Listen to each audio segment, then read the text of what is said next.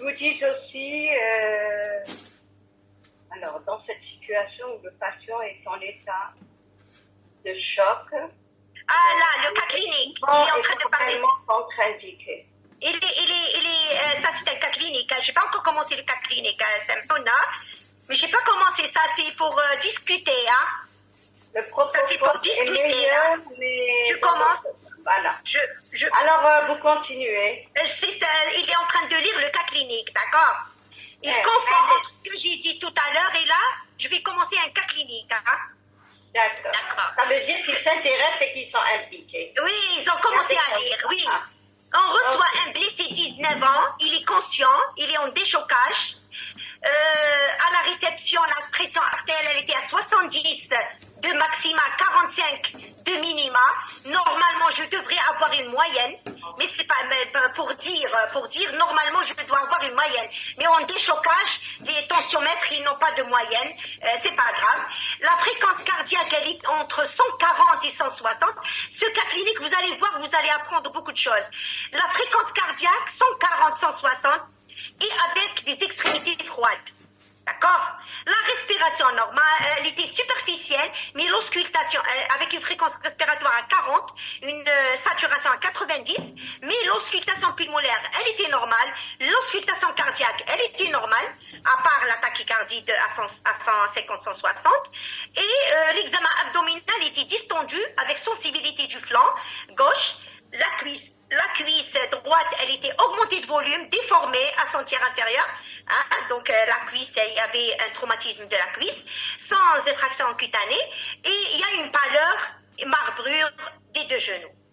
On réalise des examens biologiques, on a l'hémoglobine à 6, 6,4, on a des plaquettes à 130 000, hein, 130 000, si, c'est moins que la limite inférieure.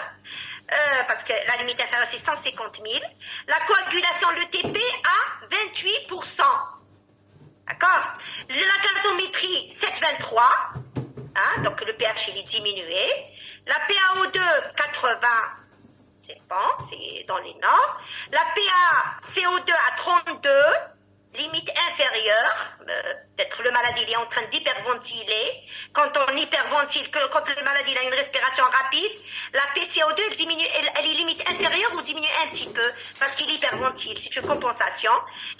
C'est une compensation du pH diminué. Avec des picards à 19. Donc ça sous-entend, je ne vais pas anticiper, il est lactate à 2,1. Quelle est la conduite à tenir?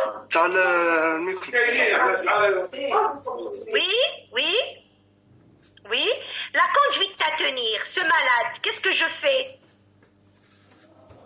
Je rentre au bloc, je fais... qu'est-ce que je fais? Je fais une préparation, qu'est-ce que je fais? Qu'est-ce que je fais? Est-ce qu'il y a quelqu'un qui peut me dire? Prendre deux voix et commencer à prononcer. Pourquoi?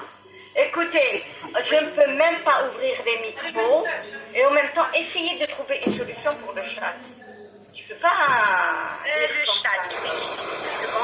Ah, c'est discussion. Discussion, ce n'est.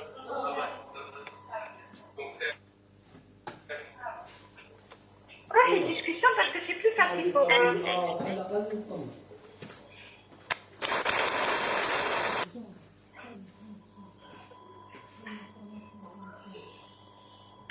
Alors il y a ceux qui vous disent préparation du malade. Voilà, préparation du malade. 2 secondes. Vous savez, je vais juste... 2 secondes. J'arrive pas... Malik, je vais continuer, après je vais regarder les... conduite à tenir en urgence. Il faut déjà monitorer le malade. J'ai dit tout à l'heure le bloc. Oui, d'accord, on va monitorer au bloc. Mais préparer le bloc, le transfusion plus remplissage. Oui. Préparer le bloc, transfusion avec les plaquettes et traitement de la cause et installation du patient monitoring. C'est ça. c'est ça, c'est une très bonne réponse. Donc, je dois déjà monitorer et mettre en condition le malade à avoir des bonnes voies d'abord. Pourquoi pas une voie centrale? Et bien sûr, réchauffer le malade, parce que tout ce que je vais donner, ça ne va pas agir si le malade est froid. Déjà, il est marbré, il est en hypotension, il est marbré, et donc je dois le réchauffer. Je dois immobiliser le fémur, c'est un fémur. Je dois avoir une oxygène par voie nasale et je dois faire un bilan extrême urgence. Mais, même si je démarre le bilan, j'attends pas, je transfuse. Je transfuse avec du Oneg. Le malade, il est marbré, il a une fréquence cardiaque à 40, il a une hypotension, il a des extrémités froides. Et donc, je commence à transfuser. Pourquoi je commence à transfuser? Parce que la transfusion, c'est le transport d'oxygène. Si je commence à augmenter l'hémoglobine, oui, le remplissage, je peux commencer par un remplissage par le sérum salé, mais attention, si le sérum salé, je n'ai pas commencé à transfuser, le sérum salé, il va me diluer le malade. Et donc, la transfusion, elle est primordiale. Elle est en priorité pour ne pas diluer le malade et pour apporter le transporteur d'oxygène. Donc, je vais transfuser ce que j'ai entre les mains, le Oneg, je commence pour pouvoir gagner du temps avec ce malade. Hein, il peut faire un arrêt à n'importe quel moment. 160 de fréquence cardiaque, 70 de pression systolique. Et il est marbré. Et donc, le cœur, il va compenser. Il est jeune. Le malade, il est jeune. Mais même s'il est jeune, il va compenser pendant un moment. Il n'est pas cardiopathe. Mais si je ne commence pas d'équilibrer et de transfuser et de faire une correction convenable, le malade il va arriver à l'état de choc irréversible, avec détresse des organes nobles, surtout le cardiaque. Alors, ce qu'ils vous disent, c'est le pire à craindre dans ce genre de situation, une insuffisance rénale aiguë générée par l'écrasement du membre inférieur rhabdomyolyse. Très bien. Alors, il faut prendre en charge en urgence. Alors, monitor, transfusion en urgence, cathéter 16, c'est le choc hémorragique. Compensation cardiaque au début. S'il vous plaît, essayez de voir au niveau ça à votre niveau. Hein. Oui, donc c'est pour dire que même, je dois faire une radio du thorax, c'est un polytraumatisé, il vient d'un blessé. Donc si je dois le transporter, je dois commencer la transfusion. Même pour transporter, parce que les derniers déchocages, les dernières, structures de déchocage, on a le téléthorax à côté, on a l'échographe à côté, on a toutes les radios à côté, même le scanner, on l'a à côté. Parce qu'avant, au niveau des blocs, avant les années 2010, on était obligé de prendre le malade et de le transporter dans une autre structure. Mais là, puisque j'ai le malade qui est instable, je dois commencer la transfusion et je dois faire en parallèle tout ce qui est radiologique et tout ce qui est bilan biologique pour avancer avec le malade, bien sûr, stable. Je commence, même si je dois commencer les vasoconstricteurs, je dois commencer les vasoconstricteurs. Là, si je commence la transfusion et ça va aller, c'est bon, mais sinon, je peux commencer les vasoconstricteurs pour gagner du temps. D'accord ? Donc, l'urgence chirurgicale, oui, c'est une urgence chirurgicale. Je dois le mettre sur table opératoire, mais bien sûr, après avoir fait le bilan biologique standard, lancer. Même si je ne dois pas l'attendre, je lance. Je lance et je le mets sur table opératoire et je commence à transfuser avec du Oneg. D'accord? Et puisque le TP, il est à 28%, avec même du PFC, parce que le PFC, c'est les facteurs de coagulation, et en même temps, un remplissage. Donc, je gagne avec le PFC, le plasma pré-congelé, je gagne remplir le malade et je gagne de ramener les facteurs de coagulation pour qu'ils coagulent mieux. D'accord? Donc, juste à titre de curiosité, je vous ai mis cette plaque pour dire le fémur.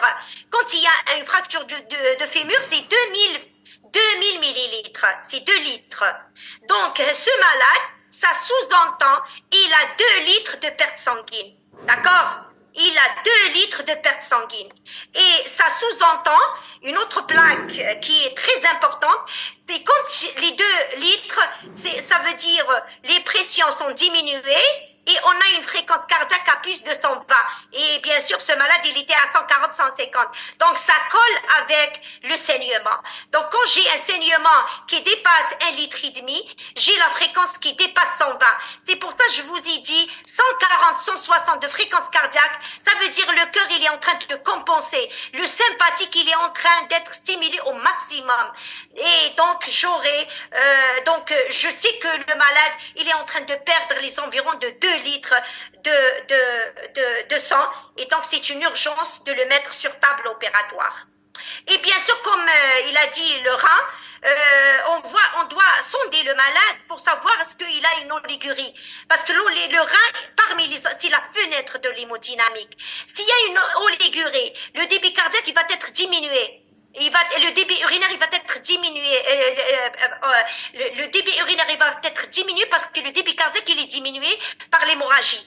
Et donc, quand il y a un débit urinaire diminué, le rein il est en train de souffrir. Il est mal oxygéné. L'oxygène n'arrive pas vraiment bien au niveau du rein. Et donc, c'est un organe noble qu'on ne doit pas sacrifier. On doit corriger l'hémodynamique pour ne pas aggraver la fonction rénale. Et là, même si on fait une fonction rénale, on va la trouver, elle va commencer à être perturbée du fait de l'hémorragie de 2 litres. Les environs de 2 litres, puisqu'on est à plus de 120 de fréquence cardiaque. Et donc, le fémur, l'estimation, c'est 2 litres à peu près. Donc, quand on a un fémur, il faut le mettre sur table opératoire. Et le flanc gauche, il est sensible. Ça veut dire on va solliciter les chirurgiens généralistes à ouvrir l'abdomen. Peut-être il y a un plan opératoire en parallèle. Et donc, il faut corriger. Donc, il faut corriger la volémie par le PFC, par le plasma précongelé. Une fois, on l'aura. Par le sang, même si je suis à 6 d'hémoglobine, 7 d'hémoglobine, 6,4, 7 d'hémoglobine, je dois transfuser, même si j'ai pas le isogroupe isorésus, je dois commencer avec du sang ONEG. Je dois commencer la noradrénaline pour gagner du temps. Même si c'est après je vais l'arrêter. Mais pour fermer le vaisseau, en attendant de remplir, je dois commencer la noradrénaline. Pourquoi la noradrénaline et pas l'éphédrine? Parce que l'éphédrine, l'effet alpha, il n'est pas, l'effet alpha de l'anora, il est meilleur que l'effet alpha de l'éphédrine. Primo. Deuxième des choses, la noradrénaline, elle a l'effet sur le cœur. Et donc, elle va me stimuler les récepteurs bêta et une croix. C'est pas une forte action bêta, mais quand même, elle va me renforcer le cœur, l'inotropisme. Et donc, avec l'effet alpha, la noradrénaline, elle a un très bon effet alpha. Elle va me fermer le vaisseau en attendant de transfuser et en attendant la stabilité hémodynamique pour accélérer de le mettre sur table opératoire et de commencer l'intervention chirurgicale. Et bien sûr, on a remarqué que les plaquettes, ils sont à 130 000. 130 000, c'est la limite inférieure, c'est 150. Tu dois avoir des plaquettes. C'est vrai, en extrême urgence, là, je commence par le sang et le plasma précongelé. Mais je dois faire une commande pour les plaquettes parce que aux environs, si elle atteint, parce que le malade, il est en train de saigner. Si au bout de la première transfusion, le malade toujours il saigne, je dois compenser avec les plaquettes. C'est l'hémostase primaire. Les plaquettes, c'est l'hémostase primaire. Et donc, je dois ramener des plaquettes si le malade continue à saigner.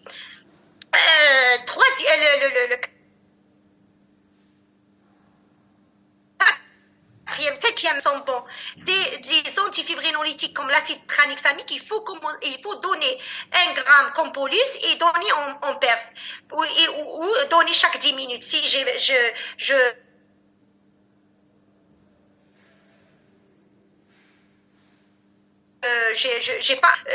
en entretien, je dois donner l'acide tranexamique 1 gramme chaque 10 minutes. Pourquoi? Parce qu'il va m'aider à arrêter la fibrinolyse. D'accord? Donc, de minimiser et de retarder la CIVD, la coagulopathie du polytraumatisé.